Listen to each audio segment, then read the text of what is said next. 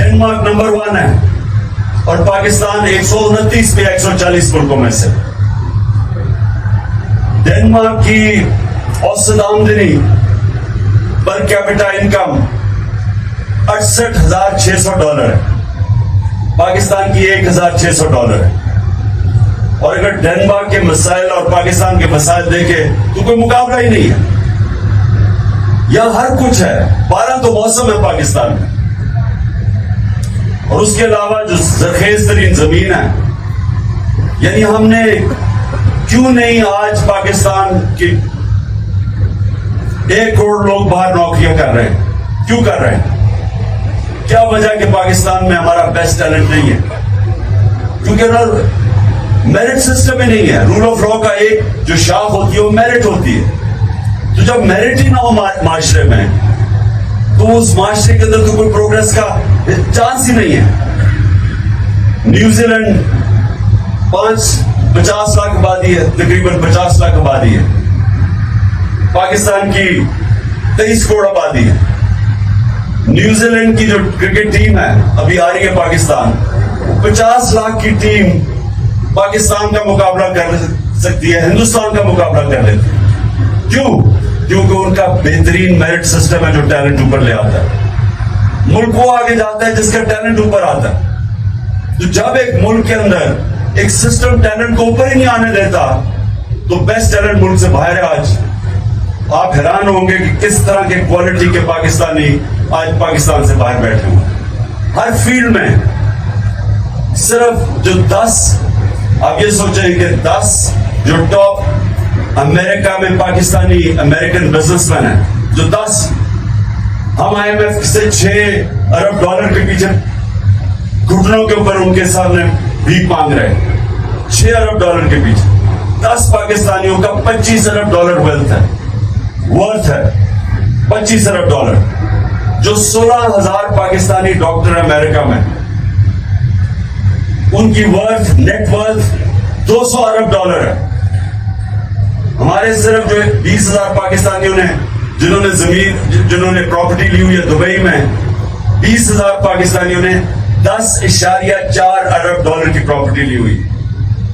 तो मुल्क गरीब है, पाकिस्तानी अमीर है, और उसकी वजह सिर्फ यह कि रूल ऑफ लॉ नहीं, ताकतवर तबका कानून से ऊपर है, बाकी लोगों को इंसाफ नहीं मिलता। जो ताकतवर है वो कत्ल करके भी बच जाता है। जिन्होंने मेरे पे गोलियां चलाई, मैं FIR नहीं उनकी कटवा सका, एक्स प्राइम मिनिस्टर।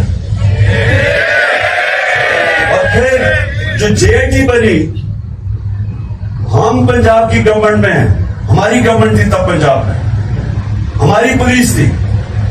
JIT हम पंजाब के अंदर अपनी गवर्नमेंट में होते हुए,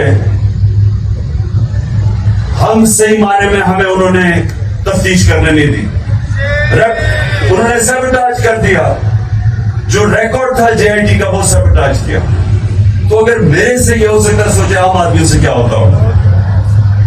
जो आम हमारा आदमी है वो जकड़ा हुआ है थाना कचहरी पटवारी की पॉलिटिक्स पे, देहात में। वो नहीं जाता इंग्लैंड, अमेरिका जाता है, यूरोप जाता है। वो क्यों ऊपर चला जाता है? क्योंकि वहां कोई कब्जा ग्रुप नहीं है, रूल ऑफ लॉ है। वहां कोई ताकतवर कमजोर की जमीन पर कब्जा नहीं करता, क्योंकि कब्जा ग्रुप तो कमजोर की जमीन पर करता है। लेकिन वहां कमजोर को तहफ्फुज है, कानून है वहां। जब हजरत अबू बकर, हजरत उमर और जब हजरत अली खलीफा बने, सब ने पहली स्टेटमेंट दी कि हम ताकतवर और कमजोर को कानून में एक बराबर रखेंगे, ताकतवर को कानून के नीचे लेके आएंगे, इंसाफ कायम करेंगे। पहली मिशन स्टेटमेंट्स थी उनकी, और इसलिए मुसलमान आजाद हो गए, और वो आजाद लोगों ने एक अजीम दुनिया की सुपर पावर बन गए। तो हमारे सामने तो रुकावट ही है कि एस्टैब्लिशमेंट है वो कानून के ऊपर है। ये तो जो पार्टीज है ये चोरी करके NRO ले लेती है। कभी सुना आज तक किसी यूरोप अमेरिकन किसी सिस्टम में किसी को NRO मिला? अब पब्लिक का पैसा चोरी करें, कोई दुनिया का मुहज्जब माशरा आपको माफ नहीं करेगा। प्राइवेट चोरी माफ कर देगा, पब्लिक का पैसा कभी माफ नहीं करेगा। या पहले NRO ले गए 2008 میں اور آپ پھر NRO لے گئے ہیں. NRO کا مطلب یہ ہے کہ جو میرے نبی صلی اللہ علیہ وسلم نے 1500 سال پہلے تقریباً کہا تھا کہ جب ایک قوم طاقتور مجرم کو سزا نہیں دیتی اور کمزور مجرموں کو سزا دیتی ہے وہ تباہ ہو جاتی ہے. تو یہی تو NRO ہے. یہ آپ کے سامنے وہ جو انہوں نے 1500 سال پہلے بات کی تھی آپ کے سامنے ہے. کیونکہ چھوٹا چور نقصان نہیں پہنچاتا اتنا. پٹواری وغیرہ یہ جو چوری کرتے ہیں یا تھانے دار وہ کیا کر لیں گے؟ زیادہ زیادہ ایک گاڑی لے لیں گے. جتنا بھی چوری کریں گے وہ ملک میں پیسہ رکھے گا. یہ اتنی بڑی چوری کرتے ہیں کہ ان کو پیسہ باہر بھیجنا پڑتا ہے. تو پہلے چوری کا نقصان, بڑی چوری کا, پھر جب پیسہ باہر بھیجتے ہیں ڈالرز لے کے پیسہ باہر بھیجتے ہیں تو ڈالر اینڈ میں کم ہو جاتا ہے.